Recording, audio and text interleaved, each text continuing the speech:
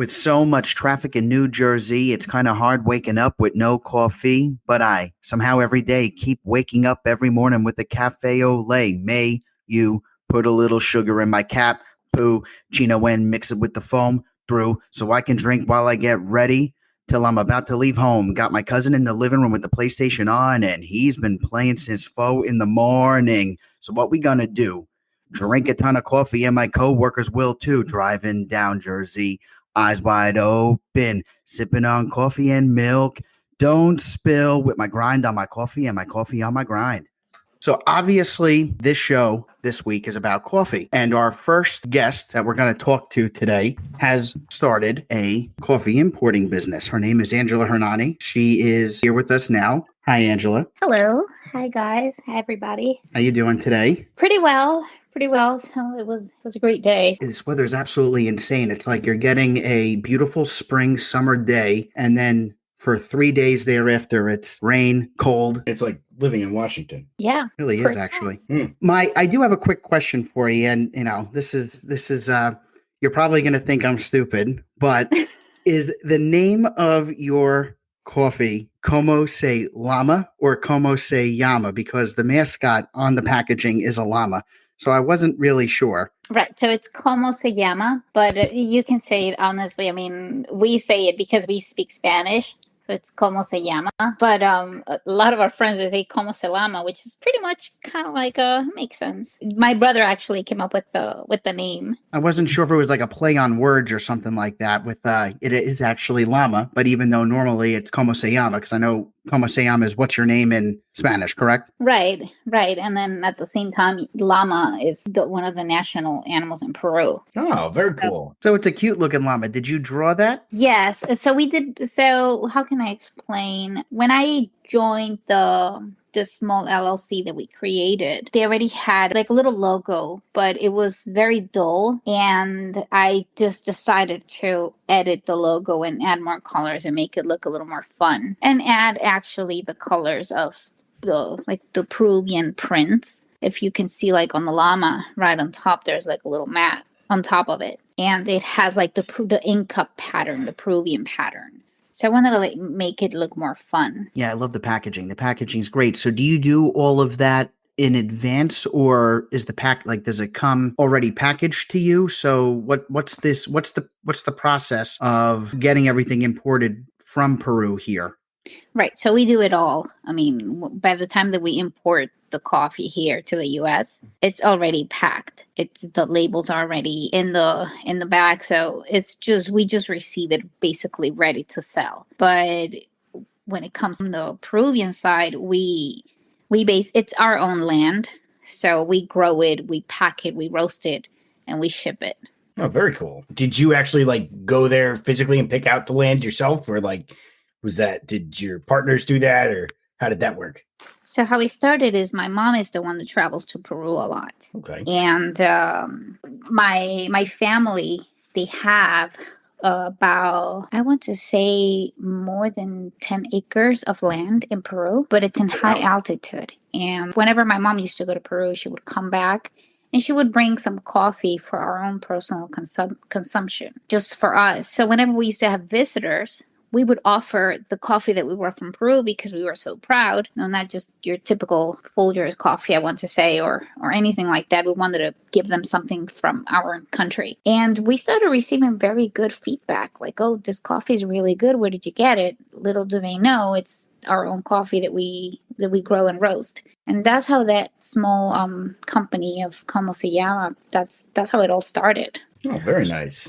So a lot of people, when it comes to coffee, they just go to the store, buy it, and it's simple to them. So what is the process of making the coffee? I mean, I've always wanted to know what's the difference between this coffee that is definitely premium coffee from Peru than just getting an everyday Folgers or Green Mountain bag of coffee in the store. So what do you do that differentiates from those coffee makers? I want to say that you got to understand that companies like Folgers, such a big company, and it's been around for years and years. And they have different locations where they get coffee, but I mean, what makes us different is that it's our own land. So basically, it's just natural. It's all 100% organic. Coffee, in order to be rich, the richer it gets, it needs to grow. If I'm not mistaken, it's between the 2,000 and 6,000 feet above sea. Okay. Really? Yeah, so the higher it grows, like the higher it grows, the richer it is. It's supposed to be from, I want to say, 2,000, 3,000 feet to 6,000 feet, like I said, feet above sea. And our coffee grows almost 4,000 feet above sea level. The richness of the coffee is like directly like proportionate to how high it is above sea level then? That's right. And Wow. you also got to take in consideration like the temperature, the water, all those things, the soil. But it's little things that I've learned. I mean, I'm going to be honest with you. I wasn't a coffee drinker before, but ever since I got into this whole como se llama journey, I started learning more about it.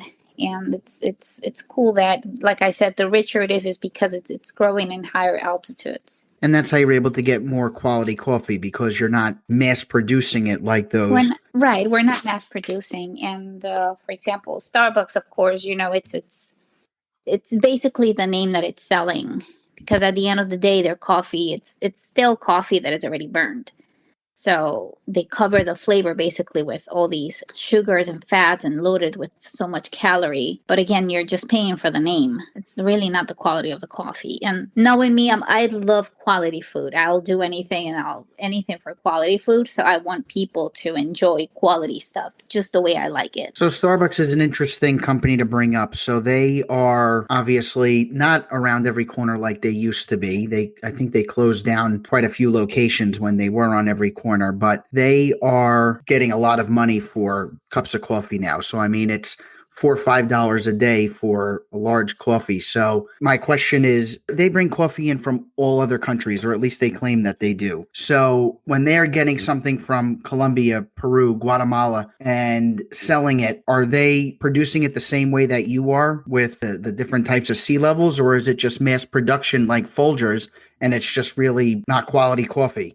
So, because of how big they are, I don't want to say that they're mass producing that. I'm not exactly sure, but again, the majority of the people that I know, and based on what I've heard and what I've read, is it's not quality coffee. I'll second that, because anytime I've had Starbucks, it tastes burnt to me. I've said that from the get-go. Right. Like I said, a lot of people that I met, they always say they like their coffee really burned. And I think that if you research it clearly says that they also use stale coffee and they burned it until it's crisp.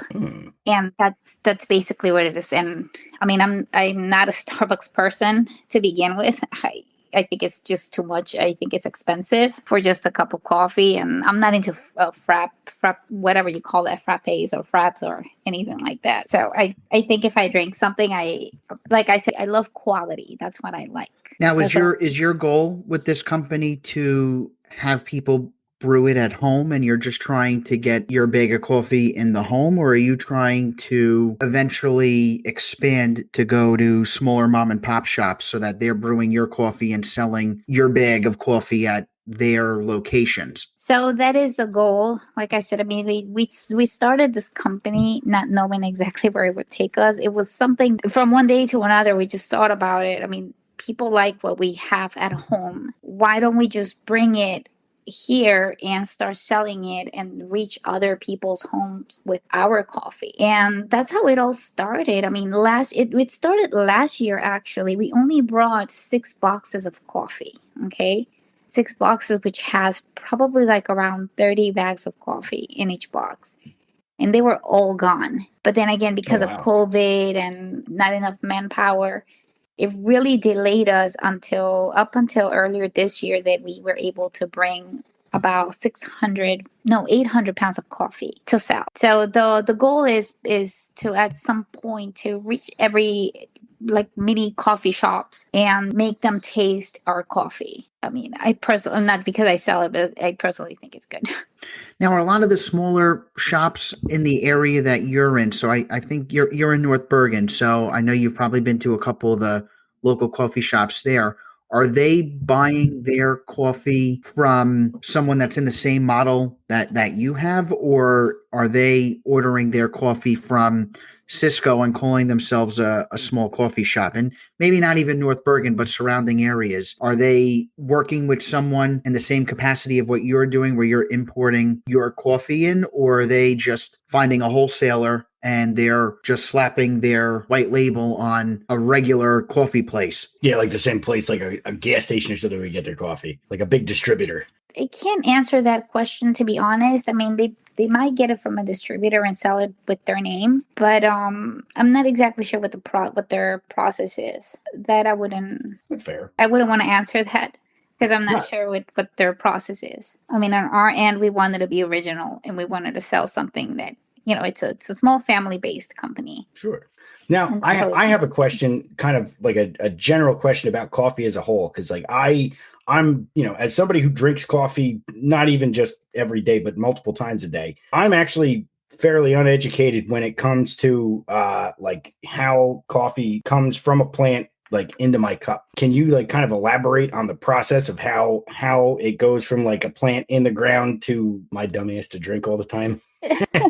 Okay, so right, so like I said, I think we all learned today that the coffee is very rich when it grows in higher altitude, and then it all starts in the plant. And basically, the soil needs to stay very moist in order to grow. It can't be soaking wet because then I don't think it will be a good plan. Normally, it's the coffee when you see it is like green. You will not be able to even identify it as a coffee. It's just the process when you start roasting it that you start to basically identify in it. Okay. Now, is there like any kind of special way to roast it that makes it into something you can grind up for coffee? Right.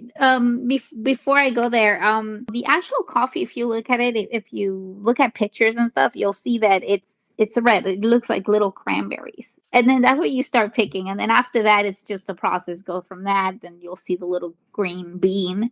Then after that, you start roasting the coffee. I also learned that it makes a difference also when you grind it. The size of the ground also makes a difference in the coffee. I mean, that makes sense, right? Because you've got like espressos, which I guess are like really finely ground. And then you've got like a normal coffee, which is a little bit like thicker of a grind. It's a little thicker. Yes.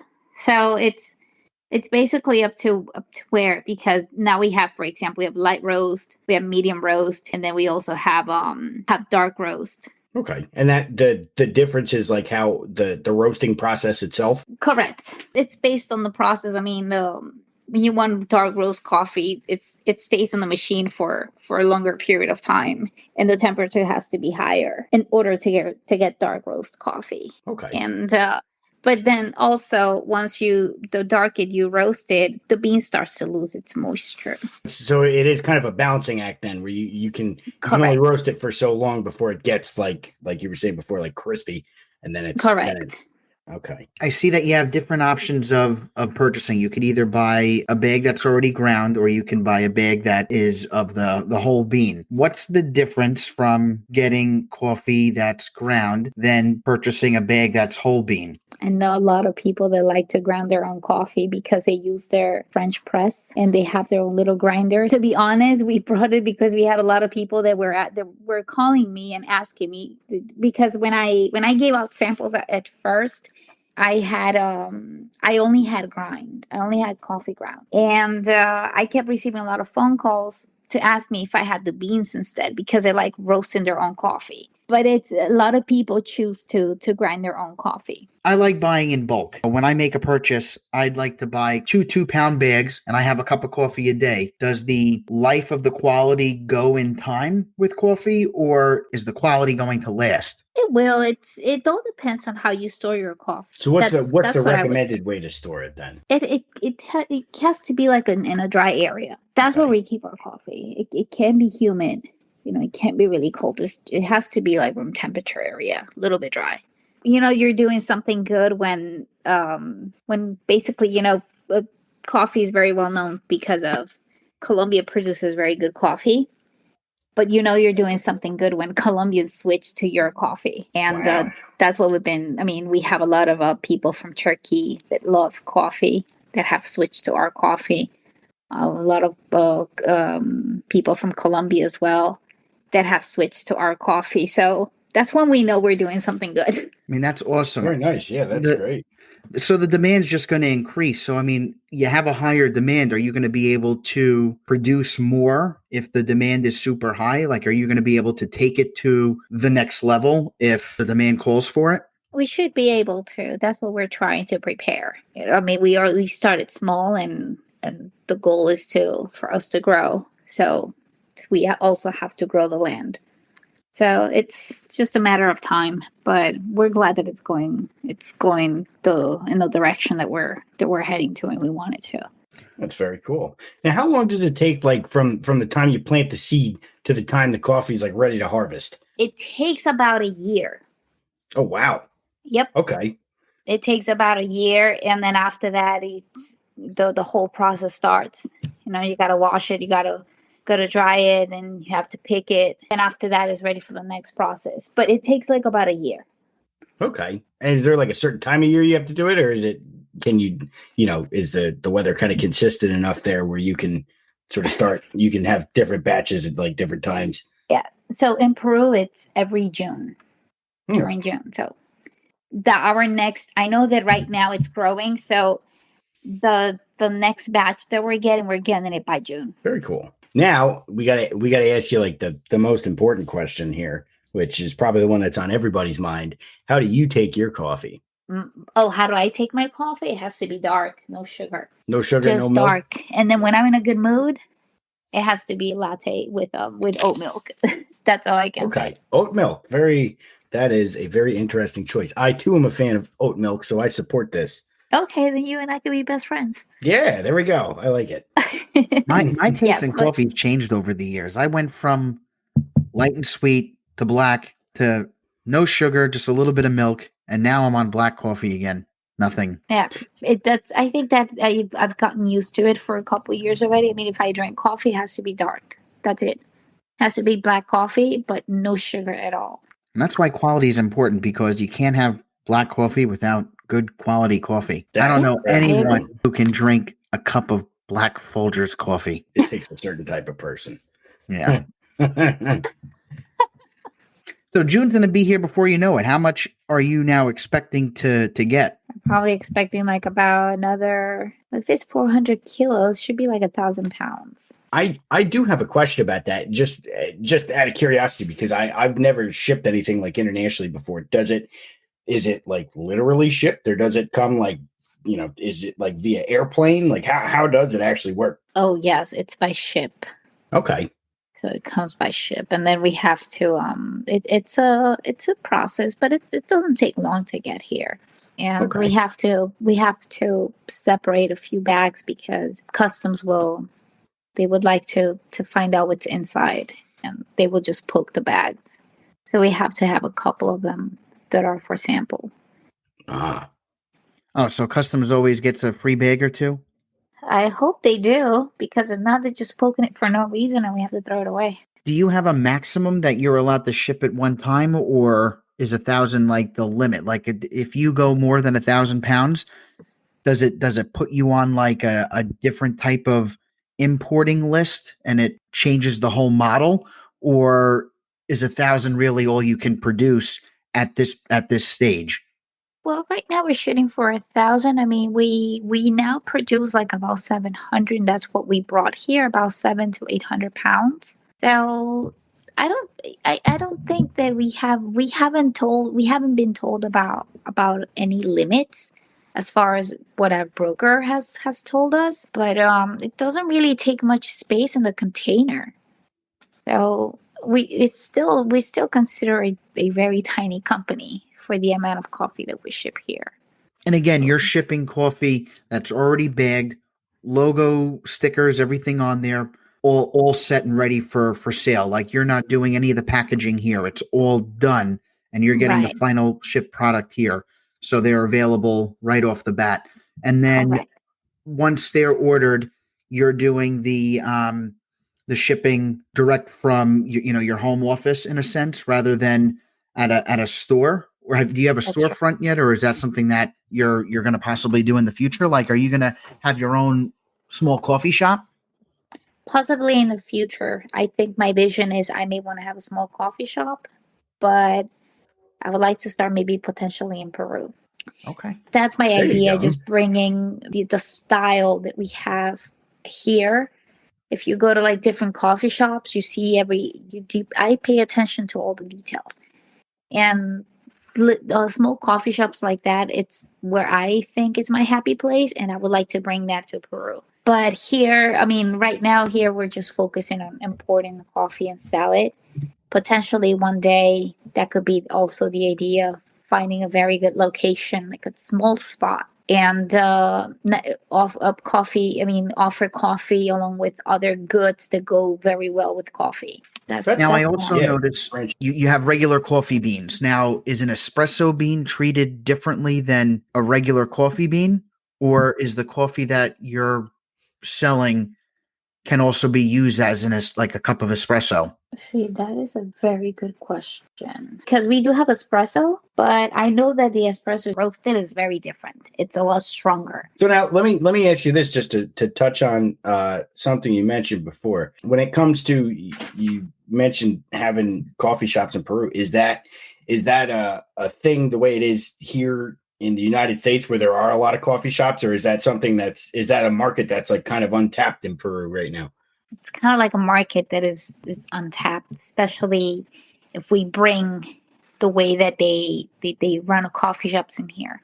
It's still a fresh market in Peru, but it's just the location. But Okay. again, I love going to coffee shops here, and every detail in every different coffee shops, really, they always catch my attention, catch my eye. And that's the dream, that hopefully I can bring that vision that I have to my country and sell it and cool. sell coffee. There are some really unique and nice looking coffee shops here. Yeah. Especially in New Jersey, like in Montclair, there are some really nice coffee shops that I'm like, I'd like to go there again. It's been a while, but there are some good ones there. They're very bright. Yes. It's just like there's like this brightness feel. The only thing that stinks nowadays is that it's not like it used to be where you can go sit at a coffee shop and do your work anymore. It's like they want you in and out relatively quickly. Like it's not meant to be your spot just to chill now. It's really get your coffee and leave. Even before COVID, it's like one of those things where it's like, yeah, you're here too long. Yeah, the emphasis I feel like is a lot less on atmosphere than it used to be. Whenever you guys are in town, I have a really good few spots. Believe me, they will not give you that eye to kick you out. And normally I hang out there with my friends, and we can stay there for hours. Nobody will tell you anything. Now, what's your favorite of the types of coffee that you offer? What's your personal favorite? Me, I go with dark. I go with dark, definitely. And then if you really want to taste it, because it's so natural, I'll have some sort of like this rich, a little bit of chocolate taste. I want to say that. So I like my coffee dark, and that'll be my preference. From other people who've been drinking your coffee, what have they said is the best dessert to have with your coffee? The best dessert? Oh, no, that's my preference. Scone will be my I love scones are so boring. What? Oh, you haven't tried the scones that I eat. Okay. Now we're talking. It's a piece of almond croissant. That's what I've heard. Could I have a lemon currant scone, please? Scone. What is it? Scones. Butter something scone, buttercream scone, buttercush. I don't remember. It's a scone that I get down in Central Jersey. It's to die for. I could eat I could 12. I wouldn't care. No regrets. Do you at least dip the scone in the coffee? No. That's not my rule. I eat the scone first, and then I have my coffee. That's an odd way to eat a scone. I know. I'm just a very weird person. If you think about it, though, it makes sense. The scone is a good compliment to coffee, because the scone's like kind of like, dry, and then you've got the coffee as like, the scone is like sort of flavored sometimes. You got the coffee as like, the sort of neutral palate cleanser. I think it works. So you got scone, you got white coffee cup on a little plate, and then you eat the scone, pinky out, sip coffee, right? You know me so well. A scone. I wasn't expecting that. Tom, you're like an apple fritter guy, right? No, actually, I've indulged in my fair share of apple fritters from time to time, but no, I'm a Danish guy personally. Cheese Danish, cheese Danish. 100% of the time, I'm sold. Wow. I did not know about that until probably I was 25. Really? That's when I tried my first cheese Danish. Oh yeah. I think I will get you a cheese Danish Thursday morning because I'm going to brew some of Angela's coffee the day after Mortal Kombat. And I'm going to get you a cheese Danish. I'm going to get myself a cinnamon bun. What is Scott like? Yeah, I don't know. I'll get him a chocolate chip cookie. And we're all going to have your coffee with the dessert. And we will give it a try. It needs a good dessert. It needs I think when we tried for the first time, we need to have that dessert there too, just to make like an event out of it. What kind of muffin do you go for? Oh gosh. My favorite is zucchini muffin or blueberry muffin. Yep. Scone zucchini muffin. It's the best. Or a blueberry muffin, like a very good, rich blueberry muffin. Blueberry I can get behind. I don't think I've ever even, you talked about finding out about cheese Danish when you were in your 20s. I am 31 and I've just found out that a zucchini muffin is a thing. So we're all learning every day. Oh, you and I need to hang out. I'll buy you a couple. You'll love it. There's no turning back. I've heard of zucchini bread and stuff, so I guess that makes sense. Yeah. I can work it out. Yeah, it's like they probably have like cheese muffins where like it's. Oh yeah, they do. Yeah, they do. Oh yeah. Mm-hmm. They probably have a muffin for everything. They probably have chocolate cake muffin. Someone out there probably makes like savory muffins too with like bacon or something. Oh, I think I've seen it. I think I've seen it. That's the one thing when you open up your coffee shop in Peru, you have to come up with all these crazy little finger food lunches. I don't think you have to do that. No, that's how they, a coffee shop has turned into a lunch spot. That's like, you don't go to a coffee shop anymore and they don't have like these savory lunches. You know, like they all have a lunch option now. It's not just a cup of coffee anymore. Mm-hmm. That's true. No, that's true. So true. Maybe that's the niche now. Maybe the new thing to make is just simply coffee. You get a nice little spot somewhere, and it's just like, listen, all we're gonna do is sell you coffee. That's it at a reasonable price. Nice cup of coffee, just coffee. You're not gonna have 1,000 other things that you need to get. Yeah. If the coffee's good enough, it stands on its own. I don't think you need all kinds of crazy the lady finger croquettes. I don't know. A variety of scones. Yeah. Well, you know what? Scones are I'm a fan of scones myself. Scones are kind of like in the same category as like biscotti for me, like biscotti. I hate biscotti. I'm Italian. Biscotti hits the spot sometimes. I'm not going to say it's not like an everyday thing, but yeah, with like a nice dark cup of coffee, biscotti slaps. That is true. See? Okay. All right. Some people will not appreciate you just saying the word biscotti. They normally would say biscotti. Yeah. I might not appreciate biscotti, but I appreciate Scotty. There you go. That's what we should get. That's a shout out to my cousin. That's what we should get Scott. A biscotti? A biscotti. But we got to spell it like we got you a BISCOTTY. Just take a marker and color out the first two letters. Like, we got you a Scotty. He'll love that. He loves puns on his name. That's his favorite thing. Yeah, that's his favorite thing. Did you know? Here's a quick did you know, Angela? If you listen to any song ever, doesn't matter what the song is, you can replace any noun in that song with Scott. Really? Yes. So when you listen to your music tomorrow, listen to the nouns and you could literally create a song for Scott. Oh gosh, well, the first song that just popped in my head was Baby Shark. Baby Scott. I think this was a successful interview. So yeah, we want to thank you for being our first interview on Timeout. We really appreciate it, and we hope to have you on again in the future. Looking forward to seeing you next week. All right, great. Thank Thank you. you. Have a wonderful evening.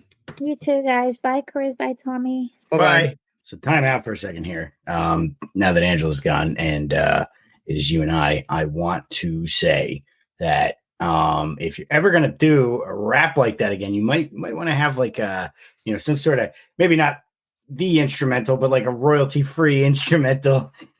I get a little nervous with that because you just never every podcast like place that allows me to upload our podcast, they're making sure you don't have anything that somebody else owns the rights to. And Gin and Juice is a Snoop Dogg song, and I'm pretty sure Snoop Dogg is making sure no one is stealing anything of his. I mean, I even changed the rhythm a little bit on the lyrics so that he can't like say you use the same rhythm as the lyrics go. So I think is protected under copyright law, because that's like a parody. Parodies, that's because otherwise Weird Al would be getting sued by everybody, and people have tried to sue him and they fail because he's a parody. Yeah. But that said, I do think if anybody is watching the internet, it's probably Snoop Dogg. It doesn't seem like he's doing a whole lot. Although he does he wants his money. I think he's the one that wants to spend all of his money before he dies. So if there's a way for him to make another quick nickel by suing us, I think he would. Yeah. He does, for the record, have that super group he just started with E40 and Too Short and Ice Cube. Really? Ice Cube too? Yeah. Yep. Ice Cube's in it. Yeah. Super group with. Now, is that just to do the concerts after COVID's over, or are they going to come up with their own album? No, I think they're legit, like trying to make an album. I know E40's been posting a lot about it. He's also been posting a lot about wine, which is, I want to try E40's wine. I do. He did a great job promoting himself with his alcohol venture. Yeah. I will say, of all the rappers out there, and not just rappers, but I didn't even know George Clooney had a tequila company until after he sold the tequila company. So, I have a question about that, though. How did he sell a tequila company for like $1 billion when nobody knew of it? Like, I don't know a single person who was like, oh, yeah, George Clooney makes some real good tequila. That's how he made $1 billion off it, because nobody knew it was George Clooney. Because if I knew it was George Clooney, I probably never would have purchased that tequila. Yeah. Well, that's fair, I guess. Yeah, nothing evokes like the image of like some fiery tequila, like named George Clooney. He sounds like he should be like a film critic from like the 40s. Now, if he had a cognac company, Clooney's Cognac. Clooney's Cognac. Yeah, that works. But yeah, he sold. And I think it's actually $1 billion. He became a billionaire off selling his tequila company. But again, I think he made the money because nobody knew he was involved in the tequila company. E40's wine, and because now I think he's in tequila. He's in the tequila game too himself. He's promoting it himself. He's like, guys, I have a wine company. I have a tequila company. But he genuinely likes it. He's not just like, I'm a famous person throwing my name on a tequila company to say, hey, I'm famous. I have a tequila company. E40 is genuinely like, I think he'd say goodbye to the rap game if it meant he was going to be a very successful wine and liquor entrepreneur. I think he'd say, you know what, I did a lot for this rap game, and now I'm gonna be in the wine and tequila game now. Time to take the next step. I think he would literally say, time out. This is my new venture. I mean, hey, I give the guy a lot of credit because I didn't realize because I'm personally a huge fan, but I didn't realize until I had like really started listening to him that like he's been around since the late 80s, like maybe even the early 80s. I mean, he's been at the rap game for a long, long time. It makes sense, I suppose, that he's got, he probably meets a lot of people, in the industry and has a bunch of connections and is able to start all these things. But I know he had like a Fat Burger franchise too. Like he was a Fat Burger franchisee for a while. And he was doing all kinds of stuff for. I mean, he's one of those guys. He's always got something going on, aside from just the music and everything else. Like he's always got. It seems like he's always got something on the back burner or like something behind the scenes that he's building up. And I mean, you got to respect that. You got to, a lot of people when they get famous, they get kind of complacent, like with their money. They're like, oh, I'm rich. Like, now what do I do? Like, there's only so much you can spend on like, sort of self-decadence before it's like, well, okay. Like, and now what do I do? His marketing and his way of doing it is genuine. It's like, this was a goal of mine. I've always wanted to go this direction and have a wine company. And I wanted to have a tequila company. Like he's passionate about it. He's not just getting a whole bunch of his agents going, hey, you need to throw your name on something and blah, blah, blah. I think he woke up one day and is like, I would love to get into this business because I love good wine and I like tequila. So I want to make it the way I want to. And that's why I give Angela a lot of credit, because I'm sure her family loves coffee and they have the land to make the coffee. So they're following a dream. This isn't just a company where they're buying a franchise and white labeling coffee that gets shipped from Peru. They are making it. So they're really making this business happen for them, which is great. And it's going to be, or it is, super, super quality coffee. I can't wait to try it. That's why I got myself a 2-pound bag, and I better get a 2-pound bag, because if it's gone, I don't want to wait till June. Like, I want to try this. I love good coffee. Yeah. Unfortunately, I'm just in a spot where the only mom and pop shop, the coffee's terrible, and I'm stuck with Dunkin' Donuts. And Dunkin' Donuts has no consistency. You can go to one Dunkin' Donuts and go to another Dunkin' Donuts, and the coffee tastes completely different every time you go, especially iced coffee. There's no consistency. That's true. Yeah, there is no consistency with the iced coffee. I personally, I'm as far as coffee goes, everybody's got their local chains. And up by me, there's a chain called Stewart's that's been around for a while, and they're the only like consistent cup of coffee you can rely on around here. And it seems like, again, it's kind of one of those like smaller mom and pop things where it's like, when something can actually be monitored at like sort of a ground level where it is smaller batches and it's not being mass produced, then that's kind of the important thing. And I've never been a fan of like Dunkin' Donuts or Starbucks personally. And it's not, I don't think it's terrible or anything. If somebody buys me a Starbucks or whatever, I'm not going to throw it at them. But like, yeah, personally, for my money, I mean, like, to pay $8 for, a cup of mass produced coffee like that, it just doesn't give me the warm and fuzzies. Starbucks is another company along with Amazon that I have a successful boycott on. Do you know the last time I purchased a Starbucks coffee?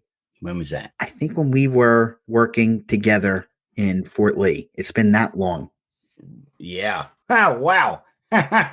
Jesus, that was a long time ago. That was so long ago. And honestly, the only reason why is because it was the only place that was convenient to get to from where I lived. There wasn't anywhere else to go. There wasn't even Dunkin' Donuts like on that weird Route 4 making all those turns through Fort Lee. Like, the Starbucks was the only place we could go to. But I learned my lesson relatively quick, not going to Starbucks, because should I say criminal of a boss, or what should I say? I don't think anything stuck to him criminally, but yeah, you could definitely make an argument for it, I suppose. So our very large boss, I have to tell you, the funniest thing was when he dropped his keys, man. Oh my God! You could just take a sit back. That's when I'll actually enjoy a cup of Starbucks. I could just be like, Tom, he dropped his keys. Let's watch. Yeah, he dropped them in the hallway.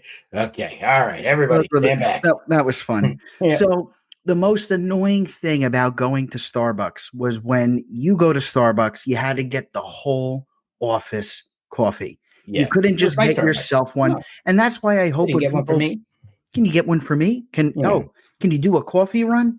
And it's just like, okay, I'll do a coffee run. This is why I hope when people go back to work, because it seems like everything's opening back up again, and employers, because they want full control of what's going on, I think a lot of people are going to be expected to go back and work into an actual office because of micromanaging, but that's beside the point. But it's, I had to go to Starbucks. I wanted my coffee, and it's, can you get all of us a coffee? And then it turns into, you'll get coffee Monday, I'll get coffee Tuesday, another person will get coffee Wednesday, another person will get coffee Thursday. And see, I've always been, when it comes to Starbucks, I just like getting a regular large coffee, but everybody else had these complicated orders like, lattes, cappuccinos, extra shot.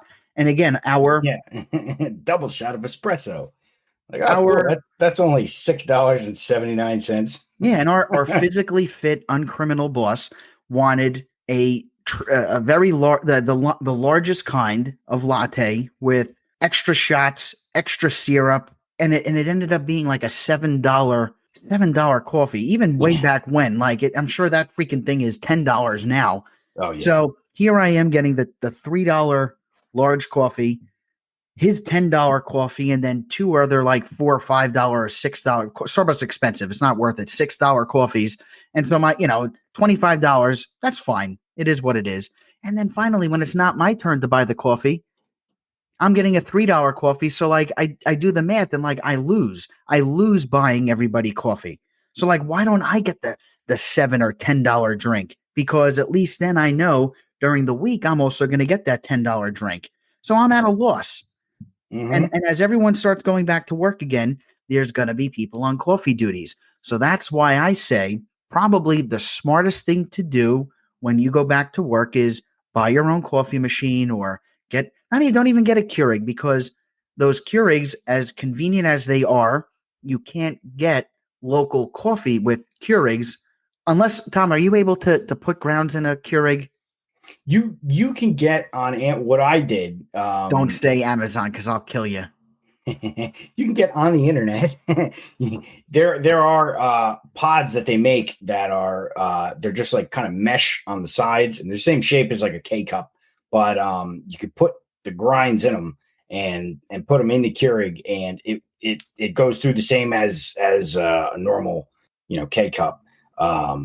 It goes through the grinds, but I know that as Keurig progresses, they like change the shape of the receiver or something so that they make it harder to get those. So if you have an older one, you could probably just get them online and get like a 12 pack of them or something like that and get them.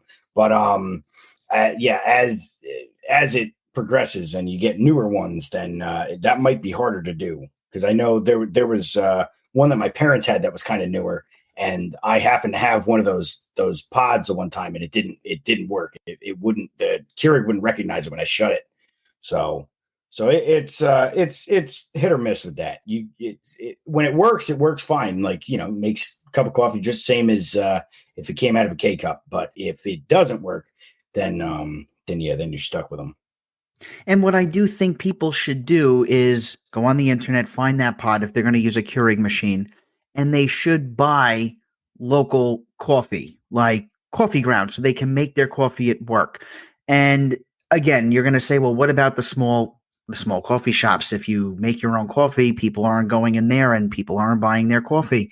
So buy the ground coffee or the coffee beans, however you do it, from that small business that's selling them. The same thing if they don't have that Angela's coffee, for instance, not in those stores yet. So you can go online and get them shipped to you. I think people should start they want good coffee, so get good coffee.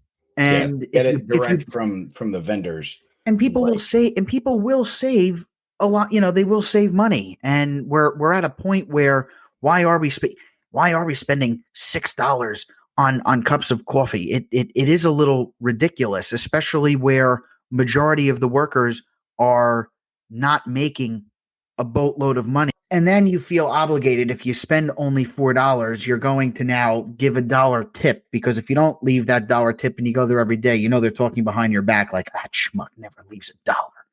That's the other thing. That's the real culprit, I think, of losing out when you do things with like an office full of people, is people get real fast and loose with tips. Like that, somebody gets something that comes out to, $2.39, and they'll give you $3. And they'll say, oh, well, I don't need any change. Like, that change will go to the tip. And it's like, yeah, I mean, that makes sense in theory, but it doesn't really, it doesn't, somehow that's lost. I feel like when I'm actually giving the cash to the person, like at the register, the person who delivers it or something like that, and then I always end up like reaching into my own pocket for the tip. Because that's the other thing is a lot of people don't tip well. And I mean, regardless of your stance on tipping, you can hate tipping and still understand that, like, in a world like the gig economy or an economy, a marketplace where there is somebody directly serving you and you are able to tip them, like you should tip well. Like you shouldn't just, a lot of people kind of depend on tips. And so you can hate the industry and the idea of tipping while still respecting somebody as a person enough to tip them well. But see, when it comes to getting a cup of coffee at a coffee shop, and I'll even use Starbucks as an example. Starbucks should not have a tip cup out. Starbucks is a corporation that should be paying every person there enough money to where the person buying the coffee should not even feel obligated to leave a tip. Sure. Ultimately, it's on the corporation to pay the person, an appropriate wage. But at the same time, right, if you are if you're a customer of that corporation, then you're kind of complicit in the way that corporation does things. And so you are, whether you know it or not, you're sort of, going along with the way that company does things. You may not cognizantly acknowledge it, but you are like a factor into how that corporation works by being a customer, by spending your money there. So the least you could do if you know that, and at this point, there's really no excuse for not knowing, what the general, having a general idea of like wages and things like that, with the internet and everything else, there's no reason to not really know that. So I think it's still on you to tip, because if you're not going to support that corporation, then you're not going to go there. But by going there, you're supporting them. So you might as well support the people that they're more or less exploiting to work there to serve you. I mean, I fall victim to it every time. I see a tip cup, no matter what, I need to at least leave $1. You can't leave less than $1. You have to leave $1. Yeah. You don't want to be one of those schmucks who like takes like your extra, like, 29 cents change and like dumps it in there. I feel. Oh yeah. Thank you. Thank you. Yeah. Yep. You're like, oh. But really Starbucks, at Starbucks, what they should do is remove the tip cups. They should make it mandatory that the tip cups are removed. And again, I'll probably get hate on it for saying that, but Starbucks should remove the tip cups. I don't go there, so it doesn't matter. But they should. I know they are there. They should remove them. And if people aren't happy about it, then bring it up with management that you're not paid enough to do this. Yeah. Well, and Starbucks should be paying more. And sure. If Starbucks can't afford it, talk to your CEO that I think makes $21 million a year with bonuses and all that jazz. I think he can figure out a way to, make everyone at least another $1 or $2 more an hour. Sure. Yeah. Yeah. I mean, there's no way that it's not ultimately the corporation's fault. But it comes down to small mom and pop shops too. So it's like, so Starbucks has to remove it, but then why don't I work for mom and pop store across the street that's also a coffee place? They're allowed to have their tip cups, and you almost feel obligated to pay them too. I mean, it's a different. They are giving a service, but it's weird. I have to do it everywhere I go. Even when I go get a slice of pizza for $2.50, I give a $5, I get $2.50 back. I leave $1, so I just left a little less than 50% as a tip of something that I just bought, just because I feel obligated to do it. I mean, clearly, sure. I know the owner doesn't pay them enough money. Like, they don't pay them a living wage, right? Now, people are going to argue and say, well, they're behind here. It's their choice. They accepted the amount of money that I'm going to give them, but we all know it's not enough. So now I feel obligated to at least leave $1. So, they can at least walk out with, maybe they get 30, 40 extra bucks a day in tips. I don't know how much people at the pizza places make. I have to assume it's $10 an hour here. I don't know what minimum wage is, but you get to take your tips too. I mean, that extra dollar that comes out probably makes that they don't think. Actually, do you realize that when you leave $1, you don't even get a thank you anymore? I remember when I worked at my first job, I was so happy when people left $1. Like, what do you want me to leave more? Like, here, hang on. I'm just going to open my wallet and then you pick the bill that you think is best. I don't know. I just think with people are going to be going back to the office. With people going back to the office, the call of action to me is before you go to Starbucks, why don't you take a look and see what else is around the corner and give them a try? And if there is no mom and pop shops around the corner, buy yourself a nice mug that you can draw your own little star, and brew your own coffee at work. But get good quality coffee so you can say, it's not Starbucks, which isn't really that quality anyway, but this is the quality coffee I purchased, and it's delicious. Yeah, there's a certain amount of like peace of mind, I think, that goes into that too. Like, knowing that you purchased it from a smaller business, Now, if you're where I am and the small business stinks and you have no choice but to go to Starbucks, then yeah, I get it. You can't support a small business when the quality of their items aren't very good. It's like, oh, I'm gonna go to Sunoco and get myself burnt chock full of nuts coffee because it's only $1. Well, you paid that $1 because you want cheap coffee. Yeah, you're sacrificing quality there. I mean, ultimately, yeah, like, the market for an inferior product is only going to be dictated by how cheap it is. Like, people will gladly pay for an inferior product if it's like way cheaper. Every now and then I get Wawa coffee. I want cheap coffee. So I'll get it. I mean, I don't want Sunoco coffee. I can tell you that much. I mean, I might as well just start drinking Red Bull again at that point. Yeah, you're better off getting something in a can. Yeah, they probably leave that coffee in gas station coffee is sometimes like the absolute worst. Like when you go to like those rundown gas station coffees, that probably been in there for days. Yeah, when I was working at the mortgage bank at Parsippany, there was a gas station that was like right down the road, and I used to go there every now and then for coffee, like because it was so far away from my house, and it usually, if I got coffee on the way, it was like an hour and a half drive. So if I got coffee on the way, I usually finished it and then I wanted another one before I went in the office or like, something. But it was kind of like, they were the only gig in town. So you really had no choice unless you wanted to go like, 5 miles in the other direction and then get the one from the coffee shop. And yeah, I mean, that was some of the worst coffee I've ever had. It was not good. And no matter how many, they give you those little like cups of like the International Delight that you can add to it, and like you add like half the size of the cup itself, and it's like it feels like you're drinking International Delight and pond scum. Time out. Tommy boy, we're almost at an hour, and I think we need to wrap this up under an hour. So I'm gonna. That went quick. I definitely did. So let's say our goodbyes until next week. Everyone, make sure you check out Angela's Coffee. Go to Como Se Llama, or for us people, Como Se Llama.co. So it's a .co, not a .com. So go to Como Se Llama.co and give it a try. We will see you all next week. Take care. Bye, everybody.